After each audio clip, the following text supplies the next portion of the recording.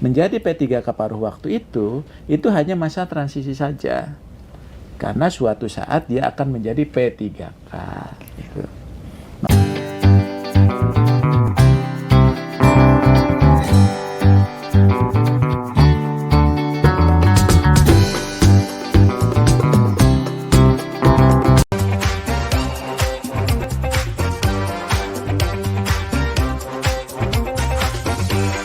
Bismillahirrahmanirrahim. Assalamualaikum warahmatullahi wabarakatuh. Selamat siang rekan ASN dimanapun berada. Semoga semuanya selalu dalam keadaan sehat dan tetap semangat. Selamat datang di Pojok Bisa Tanya Kebijakan PAN RB bersama saya Hardianti Pratiwi. Pada sesi kali ini saya punya tema dan ngobrol-ngobrol yang tentunya penting tapi santai dan penuh makna. Dan temanya ini ditunggu-tunggu sekali nih oleh semua teman-teman di seluruh Indonesia, yaitu tentang kebijakan penataan pegawai non-ASN. Tentunya di sini saya tidak sendiri, saya ditemani oleh dua bapak-bapak yang luar biasa hebat. Yang pertama ada Bapak Abbas Subagja. Izin saya putar nih Pak ya. Pak Abbas Subagja, sehat Bapak? Alhamdulillah sehat. Beliau adalah Deputi Bidang SDM Aparatur di Kementerian PAN RB. Dan satu lagi yang di sebelah sana ada Bapak Haryomo Dwi Putranto. Selamat siang Bapak. Selamat siang Mbak. Beliau adalah Wakil Kepala BKN. Bapak terima kasih sudah meluangkan waktunya nih Pak ya, hadir di acara kita ini Pak. Sudah siap ya Pak ya? Insya Allah. Soalnya ini saya udah ngelis beberapa pertanyaan Pak, yang tentunya pertanyaan-pertanyaan ini banyak ditanyakan Pak nih oleh teman-teman pegawai non-ASN seluruh Indonesia Pak. Mungkin kita langsung aja ya Pak ya ke pertanyaan pertama. Kan saat ini pemerintah tengah melakukan penataan pegawai non-ASN ya Pak, yang sudah dilakukan itu secara bertahap Pak. Kalau tidak salah dari 2007 juga sudah dilakukan penataan itu Pak. Nah sebenarnya apa sih Pak tujuan penataan pegawai non-ASN ini Pak? Boleh mungkin Pak Abah dulu yang menjawab. Iya, makasih Mbak Tiwi. Jadi yang pertama bahwa penataan ASN itu menjadi penting seiring dengan perubahan transformasi di dalam sistem manajemen ASN kita. Nah, di sini kita ingin mempertegas di dalam undang-undang itu bahwa aparatur sipil negara itu hanya terdiri dari pegawai negeri sipil dan pegawai pemerintah dengan perjanjian kerja. Nah, sekarang ini banyak nomenklatur yang lain di luar aparatur sipil negara. Sehingga kita harus bisa memastikan sebetulnya status mereka yang ada di birokrasi itu statusnya apa. Apakah dia sebagai pegawai negeri sipil atau sebagai pegawai pemerintah dengan perjanjian kerja. Sehingga dengan adanya PP 49 sebetulnya 2018 ini harus diakhiri di November 2023 ya. Dan disebutkan tidak boleh ada sebutan lain atau pegawai non ASN yang menduduki jabatan ASN ya, sehingga harus dirubahlah nomenklatur yang macam-macam tadi menjadi PNS atau P3K atau pegawai pemerintah dengan perjanjian kerja. Nah ini bagi teman-teman yang ada saat ini kan juga statusnya masih macam-macam, sehingga untuk kepastian status hukum yang bersangkutan kita tata lah gitu ya. Tapi penataan itu harus sesuai dengan regulasinya, sesuai juga dengan kebutuhannya. Jadi artinya kita sangat mengapresiasi teman-teman pegawai non-ASN yang sudah mengabdi, bahkan Pak Waka ya yang sudah bertahun-tahun gitu ya mengabdi di pemerintahan yang sifatnya kontrak, walaupun kontrak itu kapan saja bisa diputus. Tentunya kita tidak melihat hal yang seperti itu ya, tapi sepanjang dia memenuhi ketentuan peraturan perundang-undangan, anggarannya tersedia, kemudian juga sesuai dengan regulasi. Nah itulah yang menjadi fokus kita untuk kita tata bersama. Nah itu tujuannya. Supaya ASN itu jadi dua ya Pak, PNS dan P3K. Statusnya jadi jelas. Statusnya jadi jelas gitu. Terima kasih Bapak. Oke, mungkin pertanyaan selanjutnya, izin Bapak boleh dijabarkan bagaimana statistik pegawai non-ASN saat ini tuh seperti apa? Mungkin bisa Pak Yomo. Assalamualaikum warahmatullahi wabarakatuh. Waalaikumsalam warahmatullahi wabarakatuh. Saya ingin bicara dulu sejarah kenapa sih muncul tenaga non-ASN ya. Jadi ketika tahun 2005 kita punya peraturan pemerintah nomor 48 tahun 2005. Itu mengatur tentang pengangkatan tenaga honorer menjadi pegawai negeri sipil. Karena pada waktu itu belum ada P3K. Nah ini merupakan tuntutan, keinginan dari para tenaga honorer pada waktu itu yang sudah mengabdi lama, dia juga bisa memberikan kontribusi kepada negara, kemudian jasa-jasa juga tinggi, ingin diakomodir menjadi pegawai negeri sipil. Nah, pada saat itu tentu pemerintah merespon secara cepat, lahirnya peraturan pemerintah 48 tahun 2005. Nah, data yang ada di BKN kalau saya lihat, sebetulnya pertama kali dibuka pendaftaran itu hampir 1 juta, kurang lebihnya 950.000.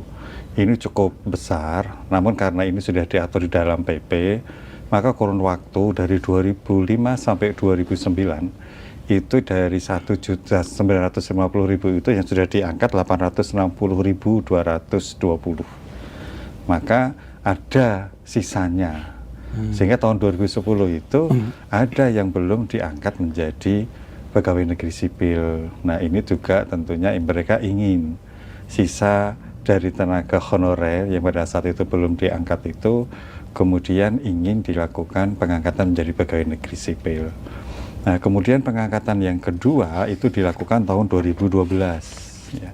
Karena pada saat itu ternyata setelah dibuka lagi sisa yang hanya sekitar 1.000 sekian itu bengkak lagi. Nah, akhirnya pemerintah mengambil kebijakan 2012 itu dilakukan seleksi ulang, seleksi kembali terhadap mereka yang belum diangkat menjadi pegawai negeri sipil. Nah, sebelum tahun 2012 mereka yang sudah diangkat itu sering kita kenal dengan istilah tenaga honorer K1 ya, tenaga kategori 1, mohon maaf. Kemudian karena belum semuanya diangkat, tahun 2012 adakan seleksi, itulah istilah yang selanjutnya muncul adalah tenaga honorer kategori 2. Kategori 1 itu memang dibiayai dari APBN APBD. Kategori 2 pada saat itu banyak juga yang tidak dibiayai dari APBN APBD, tapi dia masa kerjanya lama, kontribusi terhadap negara juga tinggi, maka itulah dilakukan pengangkatan kembali. Nah, Bapak Ibu semuanya, saudara-saudara, teman-teman, itu ternyata pengangkatan tenaga honorer menjadi PNS itu tidak selesai pada saat itu juga. Maka ada kebijakan pemerintah untuk menindaklanjuti keinginan para tenaga non-ASN pasca Undang-Undang ASN itu yang masih belum diangkat, itu dilakukan pengangkatan kembali. Nah, pada saat itu tentu ada kebijakan dari Kementerian PAN-RB sebelum diangkat, maka dia harus masuk dulu ke dalam database PKN. Nah, pada awalnya di dalam database PKN ini kalau saya lihat di tempat kami itu kurang lebih 2,3 juta. Dari 2,3 juta itu kemudian ditutup di tanggal 31 Desember 2022, nggak boleh lagi gitu ya. Nah, dalam perjalanannya ada yang mereka mendaftar CPNS lulus, ada yang kemudian mungkin yang bersangkutan meninggal dunia dan sebagainya. Sehingga yang menjadi PR kita saat ini itu ada 1.789.050. Ini yang menjadi PR. Maka di dalam Undang-Undang ASN tahun 2023 itu pasal 66 mengamanatkan. Jadi pemerintah wajib selesai melakukan penataan tenaga non-ASN dan sisa tenaga honorer K2 itu paling akhir di Desember 2024. Nah, tentu Kementerian PAN-RB bersama BKN dan instansi terkait mengupayakan itu segera selesai dilakukan penataan. Namun demikian, yang sisa jadi 1,7 ya, 1,7 itu ternyata juga belum bisa diselesaikan di tahun 2024 akhir karena punya kan penataan ya, tapi kita sudah punya komitmen termasuk dengan teman-teman di Komisi 2. Nah, kita buka pendaftaran dari 1,7 itu ternyata pendaftarnya juga belum semuanya bisa. Maka nanti kita buka lagi untuk yang seleksi yang tahap kedua. Jadi intinya itu, Mbak, kita punya PR sesuai arahan Presiden, 1,7 yang sisa di database PKN harus segera dilakukan penataan. Gitu. Baik Bapak, terima kasih. Berarti pemerintah ini nggak main-main juga ya Pak, usahanya dan upayanya nih untuk menyelesaikan penataan pegawai non-ASN ya Pak ya. Selanjutnya mungkin Pak Aba ya Pak izin penyesuaian yang sudah dilakukan untuk percepatan penyelesaian penataan pegawai non-ASN ini Pak. Kan udah ada yang kemarin tahap 1 Pak, terus ini tahap 2 juga baru Iya, selesai nih Pak. iya, iya. Mungkin ada lagi Pak, apa saja? Ya, jadi gini, jadi sebetulnya yang pertama itu apa yang melandasi ini adalah komitmen pemerintah dengan DPR. Ya, jadi upaya kita melaksanakan mandat dari Undang-Undang 20 2023 yang mengatakan bahwa penataan ini perlu dilakukan. Bahkan penataan itu harusnya Desember 2024. Tapi sepertinya kita nggak akan melakukan penataan ini sampai Desember karena jumlahnya juga cukup banyak, cukup variatif dan sebagainya. Dan secara teknis BKN tadi Pak Waka sampaikan juga harus mempersiapkan sistem ya dan sebagainya gitu ya, pendataan dan sebagainya. Nah, oleh sebab itu ini kami sebetulnya sudah betul-betul dari Kemenpan, dari aspek kebijakan ini sudah membuka peluang yang luar biasa. Ya, membuka peluang yang luar biasa. Bahkan secara kebijakan ini 100% untuk pegawai non ASN. Nah, makanya kemarin beberapa kebijakan itu ubah pertama, selain tahap 1 juga ada tahap kedua. Dari tahap kedua kita sudah 2 kali melakukan perpanjangan. Terakhir itu sampai 20 Januari 2024. Kenapa perpanjangan ini perlu kita lakukan? Karena masih ada teman-teman pegawai non ASN, khususnya pada pemerintah daerah yang belum bisa masuk ke dalam SSC-ASN-nya BKN. Itu walaupun kendalanya juga banyak dari teman-teman sendiri ya, dari pemerintah daerahnya, dari pegawai non ASN-nya. Kemudian juga dari kebijakan itu berkembang terus, ada teman-teman yang merasa TMS dia tidak bisa mendaftar. Ada yang sudah mendaftar menjadi PNS, CPNS dia juga tidak bisa mendaftar. Nah, saat ini kemarin begitu kita buka sampai 20 Januari semuanya boleh mendaftar kembali. Ya, jadi tadi yang TMS dia boleh mendaftar gitu ya. Bagi mereka yang tahap 1 tidak lulus, berarti dia akan menjadi P3K paruh waktu.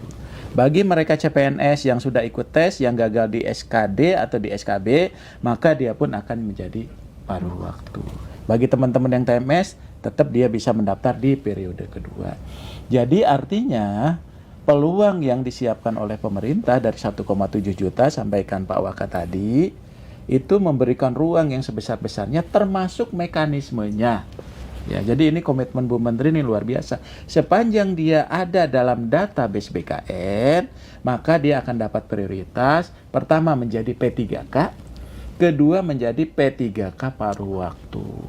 Ya, menjadi P3K paruh waktu.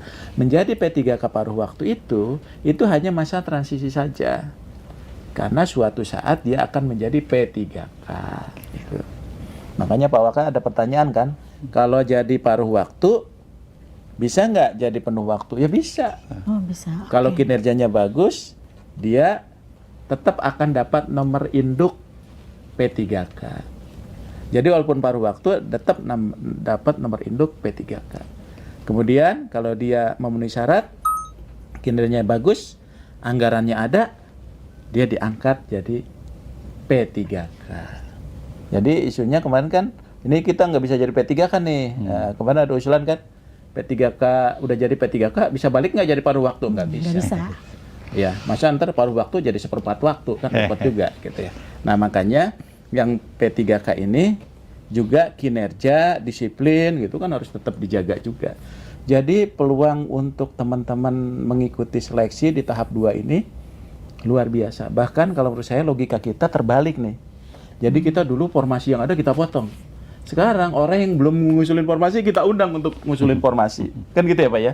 Yang formasinya belum terpenuhi itu kita undang untuk bisa terpenuhi. Jadi teman-teman ini, saudara-saudara kita pegawai non ASN yang ikut seleksi, mendaftar dan ikut seleksi, tidak perlu khawatir. Kesempatannya luas. Kemarin-kemarin yang tidak mendaftar, sekarang sudah bisa mendaftar kembali sepanjang dia ada dalam database BKN. Karena itulah yang menjadi prioritas. Nah, sekarang ini kami sayangkan juga misalnya kalau teman-teman tidak memanfaatkan kebijakan ini. Sehingga ini kita kembalikan juga ke Pemdanya, ke pegawai non ASN-nya, karena barangkali juga ada yang sudah tidak berminat. Kemudian ada juga yang sudah diterima menjadi ASN, ada juga yang sudah tidak bekerja lagi 2 tahun gitu ya. Ada juga yang sudah batas usia pensiunnya ya Pak ya, sudah tidak terpenuhi gitu. Kemudian juga ada yang sudah meninggal dunia. Ya, jadi yang tidak memungkinkan lagi untuk itu. Jadi kalau peluang kita penyesuaian-penyesuaian terhadap upaya untuk percepatan itu sudah kita lakukan. Jadi semuanya sudah boleh. Jadi tidak ada lagi mungkin sekarang rame di medsos kami nggak bisa melamar lagi, kami sudah ikut CPNS ini gimana nggak bisa masuk. Oleh BKN sudah dibuka. Difasilitasi ya Pak. Dibuka dan sudah difasilitasi. Difasilitasi. Berarti sebenarnya nggak usah khawatir lagi ya Pak. Nggak usah khawatir lagi. Ini peluangnya sudah cukup luas. Ya, dan kalau menurut saya ini adalah mungkin kesempatan terakhir kita untuk beresin ini, makanya kita buka seluas-luasnya. Tapi bukan berarti mereka nanti tidak bisa masuk, ya bisa saja, tapi ada seleksi yang harus diikuti. Normal lah, akan kompetisi nanti. Kalau saat ini memang peluangnya jauh lebih besar. Ya. Oke, terima kasih Pak. Selanjutnya nih Pak, bagaimana sejarah penataan pegawai non-ASN ini Pak? Yang kita ketahui kan penataannya sudah dilakukan dari 2007. Itu tuh sebelum-sebelumnya bagaimana gitu Pak? Mungkin Pak Abah. Tadi sudah disampaikan Pak Waka ya. Jadi sebetulnya penataan ini kita sudah selesai di semenjak adanya PP 49 ya 2018 selesai. Nah, namun rupanya setelah PP 49 itu masih ada Pak. Dihitunglah ke belakang sesungguhnya ya. Jadi yang setelah PP 49 itu dia bekerja sebagai non ASN apapun namanya sampai November 2023 itu nggak boleh ngangkat lagi. Tapi rupanya banyak yang angkat juga gitu ya. Tapi yang jelas ini PR kita bersama sih yang harus kita beresin. Nah, setelah itu maka ada surat Pak Menteri waktu itu supaya data lah. Masa kita mau beresin tapi nggak ada datanya. Datanya belum update lah. Ada di BKN tapi data honorer yang lama ya Pak ya. Yang peninggalan THK 2 itu. Tapi bagi yang ini, oke lah kita data ulang. Nah dari situlah muncul tadi data yang disampaikan Pak Waka dari 2,3 juta, sekarang 1,7 pun mungkin itu sudah bergerak lagi ya Pak. Kan ada yang tadi yang sampaikan ada yang meninggal, ada yang usianya nggak memenuhi dan sebagainya. Nah itulah jadi babak baru jadinya. Nah babak baru ini kita beresin lah sesuai dengan mandat di undang-undang di tahun ini, tapi prosesnya itu sampai dengan 2025. Pak Yomo ada mau menambahkan Pak? Sejarah nih Pak. Oh, sejarah ya. Ya tadi saya singgung di awal Pak. Sebetulnya memang keinginan, kemauan, tekad pemerintah itu sudah sangat tinggi memperhatikan mereka yang sudah mengabdi lama untuk pemerintah ya. Tapi tentu kita juga masuk dalam koridor regulasi ya. Tidak mungkin semuanya bisa diangkat tanpa memperhatikan regulasi. Namun demikian, regulasi yang selama ini dibuat oleh pemerintah itu jauh lebih mengakomodir, lebih ringan jika dibandingkan untuk pelamar umum. Ya, tanpa mengurangi kualitas tentunya ya. Sehingga ya kalau misalnya saat ini PR kita ada 1,7 ya harapannya sesuai dengan arahan Presiden waktu itu ya segera diselesaikan. Memang kendala utama itu mohon maaf itu instansi memang karena keterbatasan anggaran ya. Di mana mereka sebetulnya juga selama ini sudah mengangkat tenaga honorer itu dan menggaji. Maka tadi polanya yang disampaikan oleh Pak Deputi ya kalau anggarannya cukup untuk berapa orang ya mereka itulah yang penuh waktu. Kemudian yang enggak sementara belum ada menggunakan paruh waktu. Toh nanti kalau anggaran itu sudah ada ya formasinya mengikutin aja ya, mengikutin aja. Sampaikan aja ke Pak Deputi, tetapkan formasi, angkat menjadi penuh waktu. Yang penting semuanya bisa selesai terakomodir dengan baik. Itu Mbak. Ya, terima kasih Pak. Untuk pertanyaan selanjutnya mungkin masih Pak Yomo ya Pak. Setelah mendengar upaya dan berbagai penyesuaian nih yang telah dilakukan oleh pemerintah terkait penataan pegawai non-ASN, salah satunya itu tadi seleksi P3K ya Pak ya. Statistik pelamar seleksi P3K di sampai saat ini tuh bagaimana Pak? Jadi saya sampaikan di awal dari 1,7 itu sebenarnya kan kita berikan kesempatan mereka melamar semua. Faktanya kemarin karena ada mungkin pemahaman yang berbeda-beda ya. Itu yang melamar dari 1,7 itu hanya 1,4 kalau di data kita. Jadi masih ada sekitar 300 Pak Deputi. Maka arahan Bu Menteri kita bukalah seleksi tahap kedua. Oh, yang tadi itu tahap 1, Tahap Pak. satu, Tahap 1. ya tadi tahap 1. Seleksi tahap kedua, seleksi tahap 1 kan sudah selesai ya. Sementara tahap 2 kan baru pendaftaran baru terakhir kemarin sudah selesai, ya kan.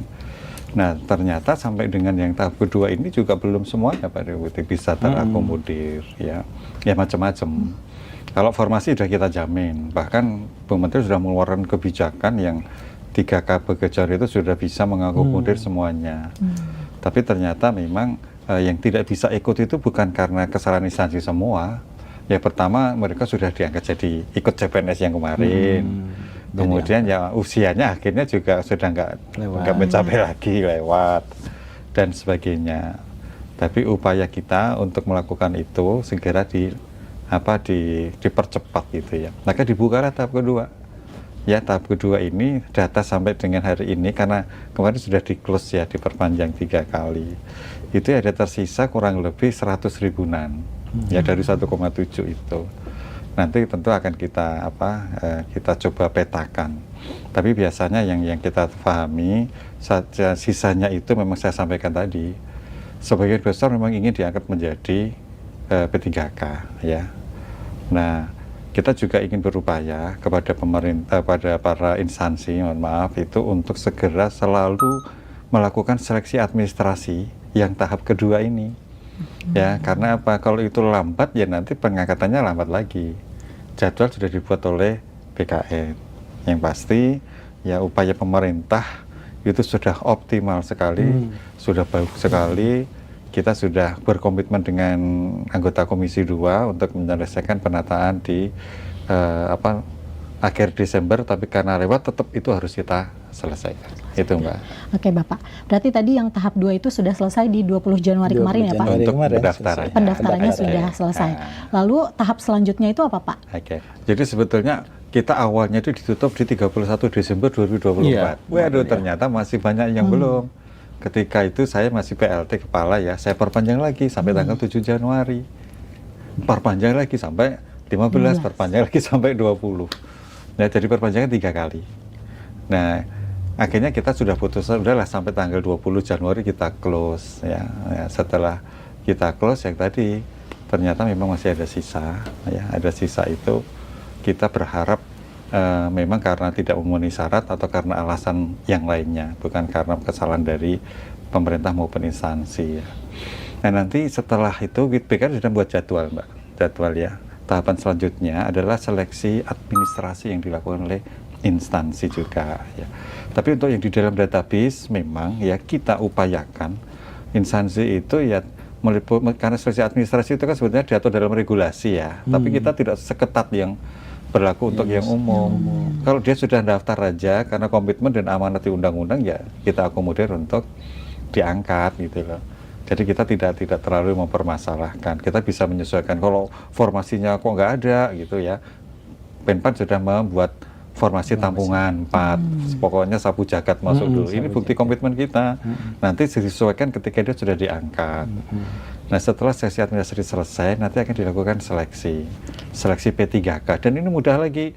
Kalau PNS, CPNS kan ada SKD, SKB, ada macam ini sekali aja lah. Nah, itu direncanakan di Maret. setelah bukan Pak, Maret, karena Maret April, masih puasa. Oh, yang puasa ya. Kami sudah izin ke Bu Menteri, mohon izin Mundur kalau lagi ya. untuk Maret kami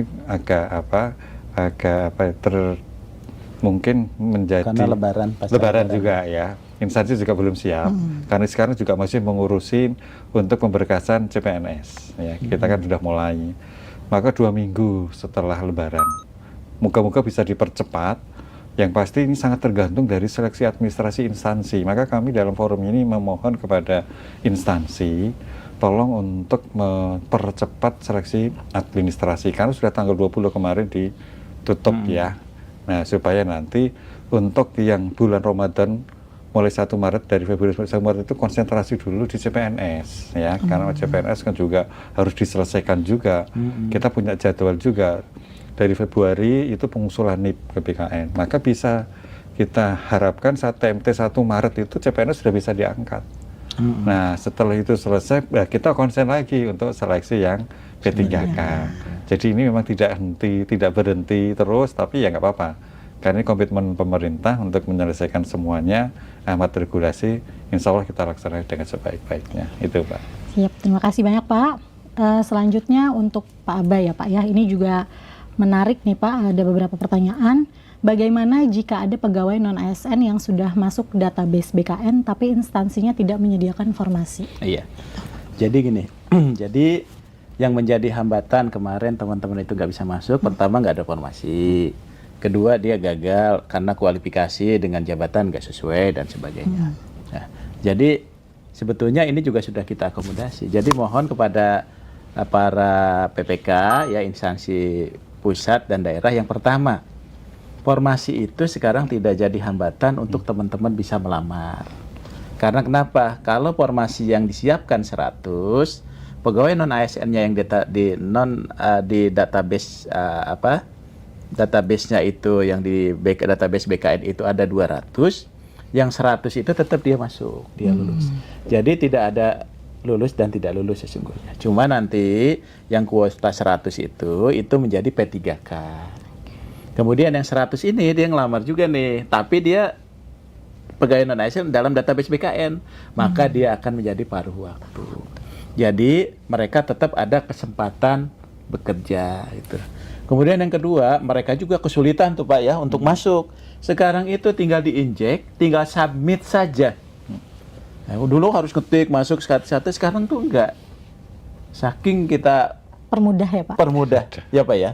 Kemarin kan alasannya karena salah klik lah, akhirnya nggak dapat. Sekarang ini boleh daftar, tinggal dicari namanya, di sini ada nama Tiwi, jabatannya apa. Oh ternyata nggak ada semua nih, ada jabatan layanan operasional atau apa gitu. Tinggal klik masuk semua. Nah, jadi sebetulnya kemudahan-kemudahan ini sudah kita buka luar biasa ya Pak ya. Jadi artinya bagi yang tidak ada dalam tidak ada dalam formasi, tapi ada dalam database BKN, itu tetap dia bisa jadi P3K. Dan P3K paruh waktu pun itu kita tegaskan status hukum yang bersangkutan. Salah satunya apa? Dia tadi diberikan nomor induk. Nah kemudian ini penting juga nyambung gimana pembayarannya ya. Nah yang itulah yang membedakan. Kenapa mereka itu mengusulkan formasi terbatas? Pertama, karena anggaran belanja pegawainya terbatas. Ada undang-undang HKPD yang wajib 30%. Jadi ini juga harus dimengerti oleh teman-teman tenaga non-ASN, pegawai non-ASN. Yang paling penting adalah mereka tidak diberhentikan. Supaya pelayanan publik itu juga tetap bisa berjalan. Apalagi guru, tenaga kesehatan, nah itu harus tetap jalan gitu ya. Nah makanya nanti tetap akan dibayarkan sebagaimana surat Bu Menpan bahwa anggaran tetap harus disiapkan. Jadi nggak usah khawatir. Jadi Bu Menteri sudah menghimbau kepada seluruh kementerian lembaga termasuk Pemda menyiapkan anggaran bagi tenaga atau pegawai non ASN. Yang kedua itu diperkuat dengan rakor kita Pak, dengan Pak Mendagri. Jadi dengan Pak Mendagri itu, Pak Mendagri juga menyiapkan surat dan memberikan panduan ini loh, kalau dia paruh waktu bisa dibayar dengan mata anggaran ini. Dan suratnya juga sudah disampaikan. Tapi di sisi lain juga ada penegasan di dalam surat Pak Mendagri, jangan lagi mengangkat pegawai non ASN setelah Undang-Undang 20 2023. Dan Pak Mendagri tegaskan kalau masih mengangkat maka akan dikenakan sanksi sesuai ketentuan peraturan perundangan dan sesuai kewenangan Bu Menpan dan Pak Mendagri. Nah itu yang paling penting untuk teman-teman non-ASN ya. Iya Pak. Mungkin ini bisa diperjelas Pak, karena memang sangat simpang siur tentang paruh waktu. Yang memang sepertinya banyak orang-orang yang belum paham gitu paruh waktu ini bagaimana. Isunya kan paruh waktu itu jam kerjanya full tapi gajinya separuh. Tapi ada juga yang bilang kerjanya setengah hari gajinya full gitu. Wah enak banget kalau gitu, atau bagaimana gitu, apa benar seperti itu?